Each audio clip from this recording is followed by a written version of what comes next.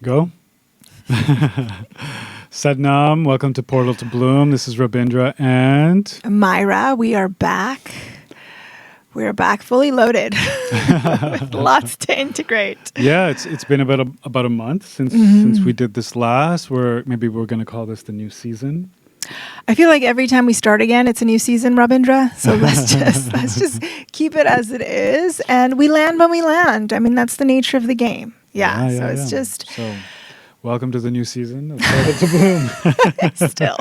So, we are really inspired today to talk about integration work. Mm-hmm. So we are in Bali, and this is the land of workshops and ceremonies and trainings, initiations. Yeah, all the saturations of coaching, charlatans. Healing. Just kidding. Come on. I have to be the polarity. I am the dark circle in the yin yang, and you are the light. Yes. This is why we work together so well. This is the great thing about having a yoga practice. And partnership. Yeah. And partnership is that we are alchemical, and that we learn through the alchemy to turn negative into positive. We turn difficult situations into fortunate situations.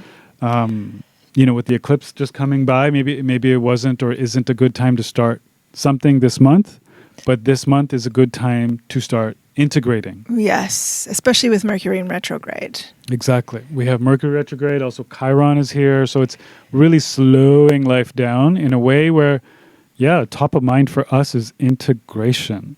Especially, I feel like because of Chiron is creating these aspects, there's a lot of healing. And I think the archetype of that asteroid, and people will argue and say it's a planet, but because of that archetype, it is about the wounds in our bodies and not staying in that so much, right? We tend to, we stay wounded because we don't integrate. Yeah, so there you go. So karmas are going to come up.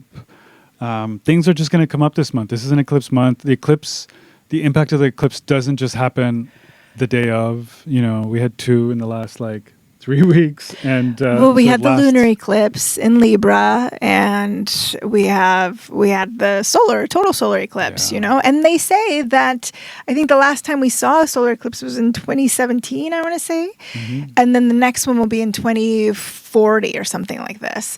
So there is a lot that is shifting alchemically, collectively and individually. So the key is not to push things away, not to be fearful.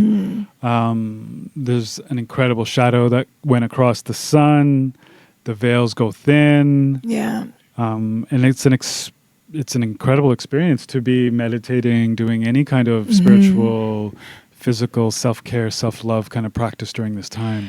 And also, I mean, I know I like to kind of bring in a little bit of the indigenous practices that La Indígena, they saw these as leadership initiatives. So during these solar eclipses, they would basically see, where a new initiation in leadership needed to be to take place, and that's kind of what we're kind of going through on a global scale, right? We're just seeing in the United States, there's, the new election about to happen. So, and it's not just political or corporate. Also, it's just through all the spectrums. Yeah, within ourselves, look at where the energy is showing up. Wow. For us, the energy is like, whoa, integration is a big deal. So, last week, I was napping during the day. He was napping during the eclipse. I was napping during the eclipse, Which was the formula. And as a Capricorn, as a driven, motivated person, it's it's kind of counterintuitive. It's like, but to integrate, it's integration is like, it's like digestion. We have to digest all of the things, even if you didn't do any workshops or ceremonies or anything. We've all just been through the eclipse season. I mean, especially to what we're seeing in the social media platforms. It's a lot of information to digest. And sometimes the things that we are watching, the things that are consuming our attention, our soul can't really process that information, right? So there's a stagnation that's starting to happen. Yeah. So, what motivated us to have this conversation was we lead workshops. We go through to workshops. We are part of all kinds of local ceremonies and all kinds of things. And quite often we see people come back after that months later, kind of in the same position that they were months ago, and it's like, but yet we've kind of stepped forward a little bit, and the same kind of issues are coming up for these people. And I just like scratch my head. It's like, wait, what's happening here? Why do they have to keep going through the same thing over and over again? Because their mind is just going. The mind is going so hard trying to understand and rationalize. And that's the thing that really keeps us trapped. And I'm sharing personally because this has been a practice that I've cultivated so profoundly within the last decade or so. And it's the practice of sitting with tea. Now, tea is known as the mother medicine, the mother plant. And as a mother, when your children come at you with their hardships or with their problems or with their glitches or with their, the pressure that they have, you don't try to fix it. You try to give them, some insights and some wisdom. And I know I used to try to fix them. I'm like, let me just fix them. But if your nervous system is relaxed, the whole nervous system adjusts to you. And that mother frequency is to really kind of support and aid them, right? And then, you go out into the world, you do the thing that you need to do, and then you come back. And the thing about tea is that she doesn't judge you. She doesn't, but she does expect you to do better, right? And with these ceremonies, there's etiquette, right? There's a certain etiquette. And if you don't apply the etiquette, you won't get that full guidance and clarity and wisdom that you seek, because it reads a letter, right? It sends a message that if I'm not attuning to the etiquette of how to navigate during these very special and precise and sophisticated gatherings, whether it be at ceremony, ritual, initiations, teacher trainings, workshops, there is an eclipses. etiquette. And and that etiquette, like I said, tells a story. And so you're able to receive, right? It's like meeting the Dalai Lama, right? His cohort is going to tell you, hey, don't look at him straight in the eye and just bow your head and, dress accordingly. You can do it or you don't have to do it. But if you do it, the Dalai Lama is going to notice you, He's gonna recognize your soul, because your soul is now speaking to his soul. And I think that's a key word, is speaking the language of spirit, and spirit speaks in a very subtle way. I think Lauryn Hill said something like, everybody want fantasy, but nobody want reality, something like that, right? And reality. The tea and sipping the real. the tea of the realness. The real tea. I like that. But really that's it. Like, you think of eclipses and you're like, oh, what is this major thing that's going to happen? But then only thing that happened was like some subtle shifts. Like I took a nap last week. Subtle. But I woke up refreshed. And then the whole family for the next 3 days slept so good. deep. Yeah. And we woke up today so refreshed, ready for this moment. Non-scripted, might I add. Yeah. What should we chat about today? Let's talk about the integration. Yeah. So, we know lots of you are doing these you're doing workshops, you're going to see coaches, you're going to see the GenKey coach, and you're going to do the human design and the Kundalini yoga and teacher trainings and all of that stuff. Now, honor that work that you're doing. That's all we're trying to say is slow down. Instead of going from one retreat, which we see happen all the time, people are going from one retreat to the next retreat to the next retreat to the next one. And maybe there needs to be a little bit of time for digestion. Yeah. So what's working for us is we're dropping the stimulants like the coffees and all the things that are kind of not raising our energy naturally, and we're bringing in things like breath of fire in the morning, and we're having a big breakfast in the morning. Both of these things activate the digestion. And we're adding an aura shield meditation that I just learned from a GenKey's reader, which is to just build the aura, build your magnetism, build your electromagnetic frequency, so that those things that come at you to, request your attention, you can discern, is this going to be elevating, or is there going to require payment, right? Is the thing going to feed off me, right? Or is it going to elevate me? Yeah. Right. And you're able to kind of discern, like over the new moon workshop, I taught this really magnificent meditation. It's available on repeat if you want to like grasp it, because I think we should do it for the next 90 days. Maybe we'll record it. Yeah, maybe we'll record it. Yeah. But it's called wealth and intuitive opportunity meditation. And it was powerful. It was so powerful. And it was all about just having the ability to strengthen the intuitive aspect within ourselves so that we can leverage the opportunities that are going to give us more elevation. And not in an elevation in a way where like you're not of this world and nobody can relate to you, but elevated consciousness where you can discern and acquire the gifts that are meant to be yours so that you can give them away. Does that make sense? Yeah. Look, like you do these things, you do these massive, massive things, like learn your GenKey, learn your human design, learn whatever, your natal chart, whatever you're learning. Because I know there's so much, we have so much access to things. Yeah, so many divination I remember practice. paying thousands of dollars in my 20s just for courses that are now free on Spotify. It's wild. And even all these podcasts, it's mind-blowing. Yeah, So, like you can get a teacher training online for like, I don't know, $30. Yeah, it's wild. It's amazing. It's So we have access. Then the key then is available. all integration, and I put integration and digestion together. So are you taking your probiotics? Are you fully understanding how to make your digestion work? Because we literally need to digest this information. Yeah. And we do that by slowing down. We do that by reflecting on what we learned. So definitely journaling, Get it onto paper, out of the mental projections and onto paper. Because that clearing of the subconscious is also it's like the minute that someone is speaking to your spirit, you can't receive the information because you can't really listen. And there's a deficit to the ability to listen because the subconscious mind is so flooded. Right? So it's like it's pending. It's not landing yet, and then all of a sudden a year later you have that, that's what so-and-so meant.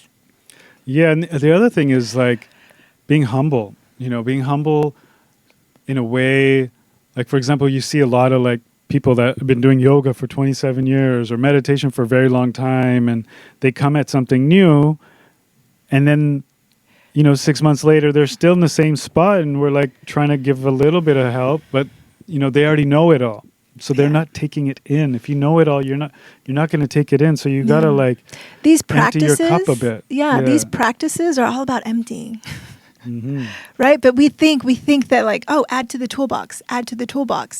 Yeah, but it's literally. How is it working for you? Yeah, it's literally all about emptying. And you can't really teach, you can't really fill someone with an emptying. It's not easy to do. You can't fill an already full cup, So be humble enough to empty the cup. Be humble enough to just sit and write, And the other thing that I see happening quite often is you're doing all this new work, but then you're hanging out with all old friends that aren't doing new work, and you see these people not moving their life forward. They just keep in this cyclical trap, and you gotta like kind of reach, and make new friends, make new community, and say yes to the things that are happening in that community that you're learning from. Yeah. Because you got to create these new patterns, these like new ways of being, require us to go beyond this subconscious programming that's on repeat over and over again, right? And that's challenging for all of us. So then again, we go back to the alchemy, we go back to the digestion, we go back to the very basic. It's sleeping, hydration, digestion, reading, writing, and then finding an accountability partner and saying, look, I learned this, and this in the workshop, and go for it, And then also that real humble approach of like, what, spirit is very subtle. And the eclipse season just gave me these very subtle shifts. But even a shift like I'm having breakfast from now on. I'm moving from being a intermittent faster to like actually having breakfast every day because it stimulates my digestion. It takes my anxiety levels down. My mind, all my thoughts are being digested. these subtle shifts create profound changes. You create a big fire from a little fire, and in that way we focus on the little things in our lives to really move life. Mm-hmm. Yeah.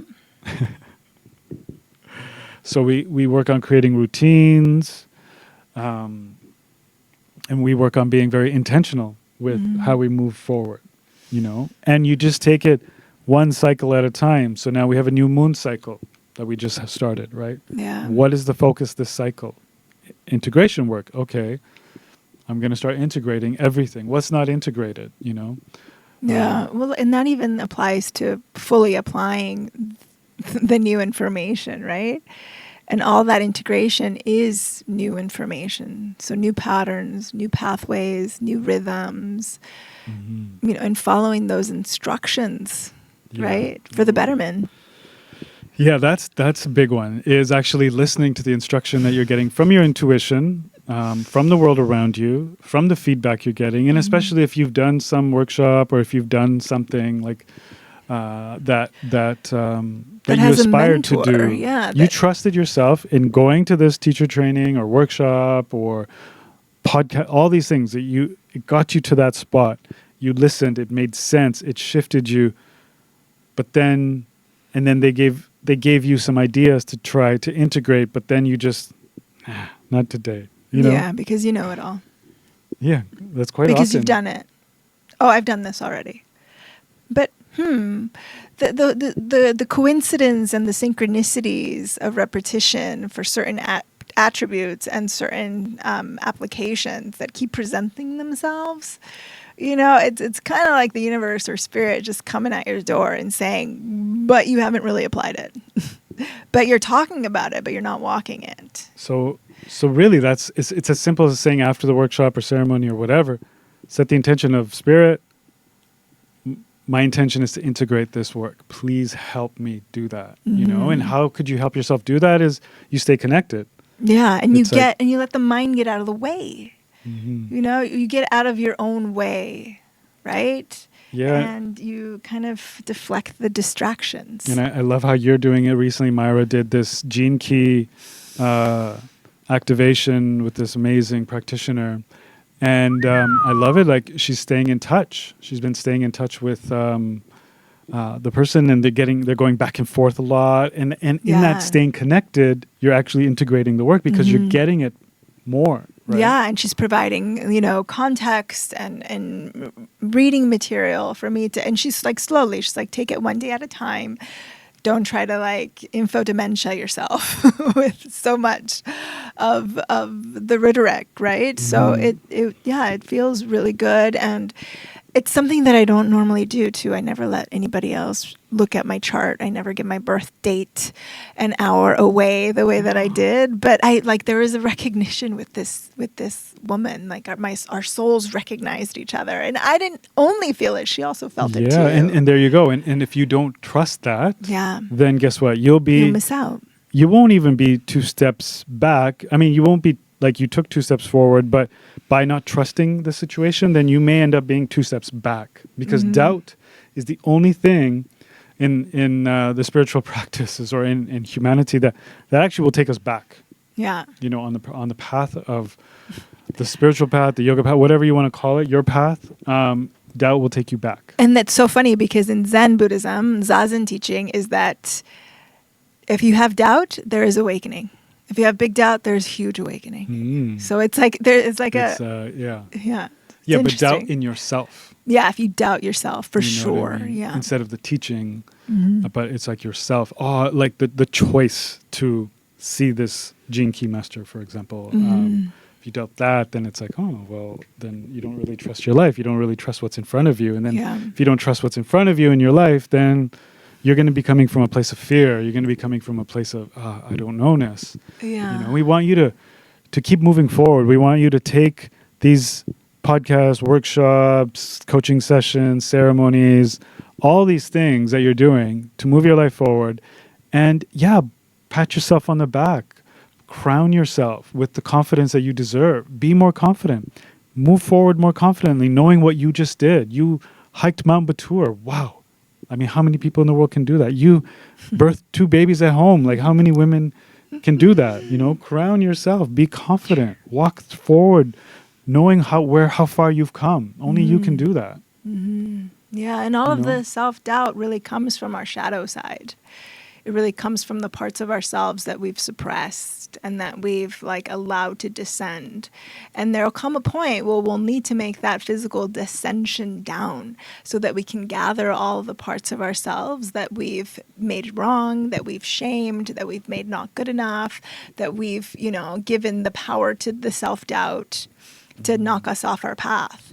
And once we start to kind of, you know, honor all of those, it's called, you know, being human, right? It's called being human and seeing all of those emotions and commotions that are a part of your oneness and gathering them up and being all of that and feeling all of that so that you can really give yourself that permission to do the thing, you know, book the thing, book the session, you know, see the woman, you know, do the training, get the program, get on the program, become the program, you know, teach the program. Yeah, no, I mean, teaching what you learned is beautiful. You know, I'm sitting there this morning teaching the kids Kundalini because my daughter hurt her wrist a bit, so she couldn't go to gymnastics. So I'm like, okay, fine, let's do a little Kundalini. And I just got her moving. I got my son moving. And in that way, I was just teaching my kids what I've learned. And it was so sweet to see, you know, and then it integrated. And then also I learned a few new instruments recently. And I've been just teaching everything as I get it to my daughter. And it's been so sweet. And actually, it absorbs even more for me. So teaching. And it becomes a new pattern. Now it becomes what we do in the evening. Yeah. You know, That's just, sweet.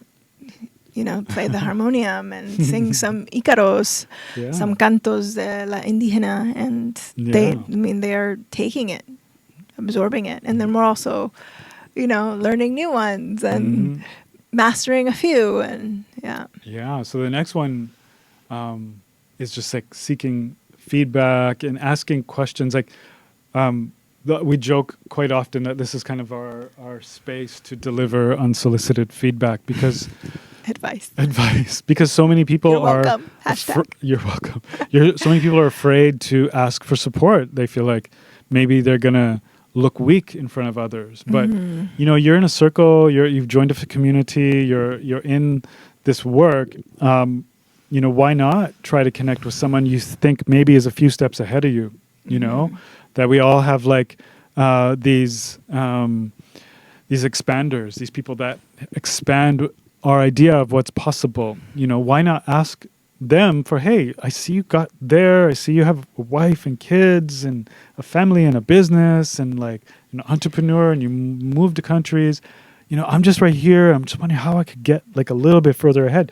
You know, how few people ask that, but how many people want that. A relationship, a business, children, a relationship, you know, it's maybe I'm intimidating or maybe like we're so busy, but like, you know, we don't want people to be shy. We want you to ask, you know, and even for us, our mentors, they won't give us feedback unless we ask them, you know, they'll just stay quiet. We can go for a 6-hour dinner and hang out for weeks. And if we don't ask a question, they're not going to give us the feedback and they see it all. And they see it all. They're just going to sit there and smile. So you got to ask for what you really want in terms of your healing. So it's like, hey, I keep circling in this way. What do I do? What do you see? You know? Yeah, what do you see? Because sometimes the external can see us better than we see our internal. Yeah, and not to say that we're ahead of anybody in our path, but, you know, relationship is a big part of the path. You know, it's a big part. If you, in nature, you look in the bushes, the bees are making love. You know, they're making babies. Everybody, there's an abundance in nature. And it comes from this relationship. And this relationship creates children. And children create major epiphanies and the future of the planet. There's quite often I do get women that that want to tell me everything. And it's almost like their soul wants to ask, but it doesn't come through, you know? And so I don't say anything, but I can see where there is limiting, where there could be potential, where there could be an adjustment that doesn't have to be so macro, but just these little micro adjustments can really kind of set the course and course correct the direction of being enthusiastic of your life. And not that they're non-enthusiastic of their life, but they're reaching for something that their heart really truly wants. Right, but sometimes it's difficult to make that request. It's right? It's difficult for us to be humble enough to ask for help. But like the most powerful people on the planet ask for a lot of help. Yeah. They have the most staff. They have the most mentors. They have most coaches around them. You know what I mean? The most astrologers. So asking for help is. The more you ask for help, the more successful you're going to be. And I used to be one that, I've learned in my gray days, after losing a lot of my friends over giving unsolicited advice, I learned the lesson the hard way. But hey, here I am. I should have just started a podcast 10 years ago.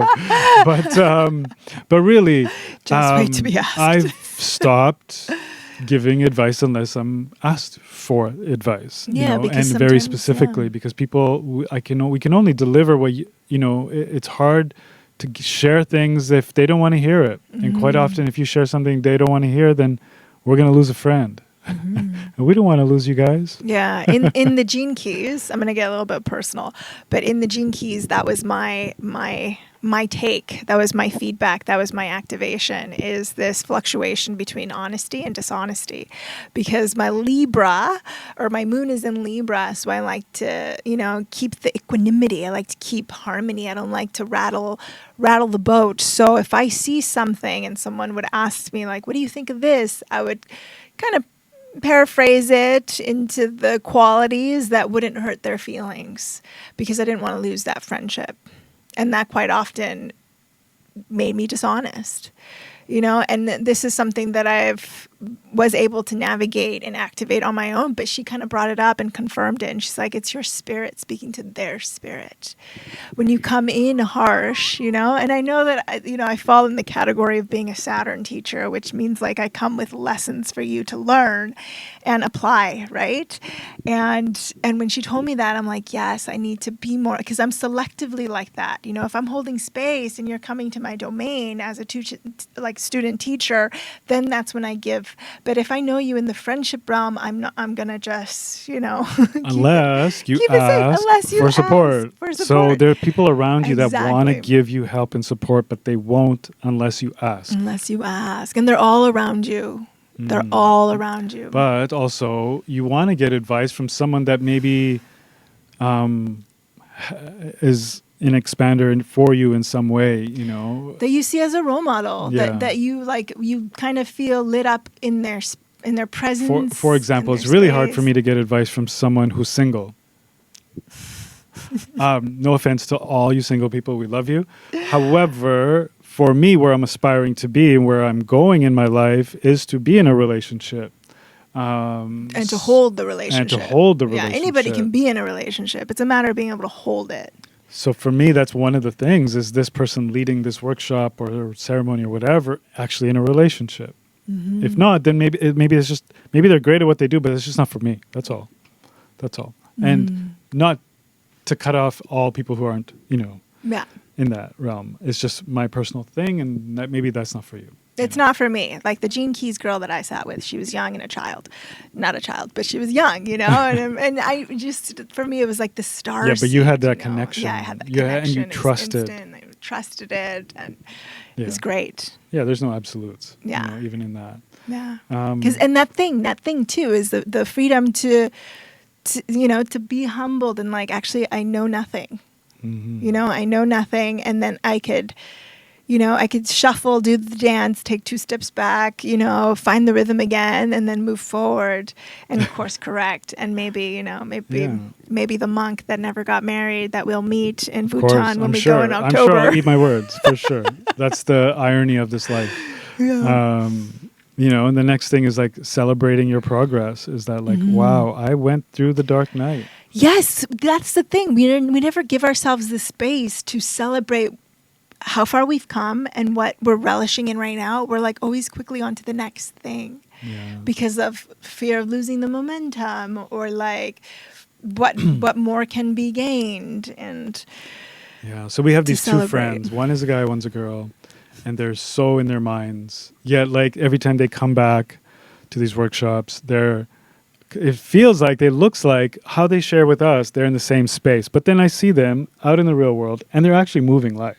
Mm-hmm. But then they pretend like they're not moving forward. So we play this game called Let's Pretend. Mm-hmm. Then we forget we're pretending. And then it becomes our reality. So stop pretending that you're weak, or stop pretending you're stuck in your head. Or even if you're in your head, maybe start pretending that you're not in your head. Start pretending that you are moving forward. And soon enough, you will be moving forward. Let's pretend positive things. Yeah, the positivity. Instead of A present. little bit of positivity, eh?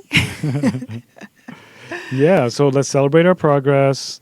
Let's use that progress, build courage, build a sense of self, a sense of self-confidence, the Self-love. humbleness to ask for help from the right people, maybe. And the space to integrate. And sometimes that may look like taking a little retreat to self-nourish. It doesn't have to be a retreat where you plug yourself into another program, but like a retreat to do nothing, right? To forest bathe, to nature bask, to just be with the elements, maybe just driving out of the city, renting a little cabin somewhere in the woods, somewhere in the forest, somewhere on the coast, just anywhere where there can be that kind of solitude, so that you give that space to let spirit kind of work through you as you.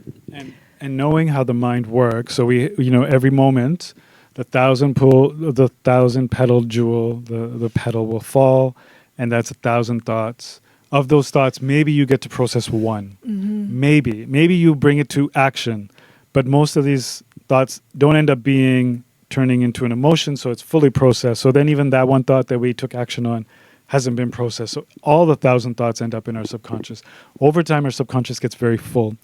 And we need practices like we use Kundalini yoga.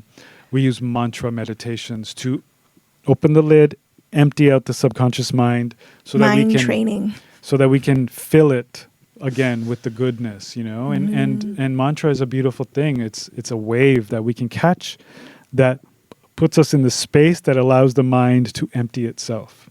We empty ourselves into the mantra. We empty ourselves into the cup of tea. We empty ourselves like that. And once we have space, for us, it's a daily thing to empty the mind.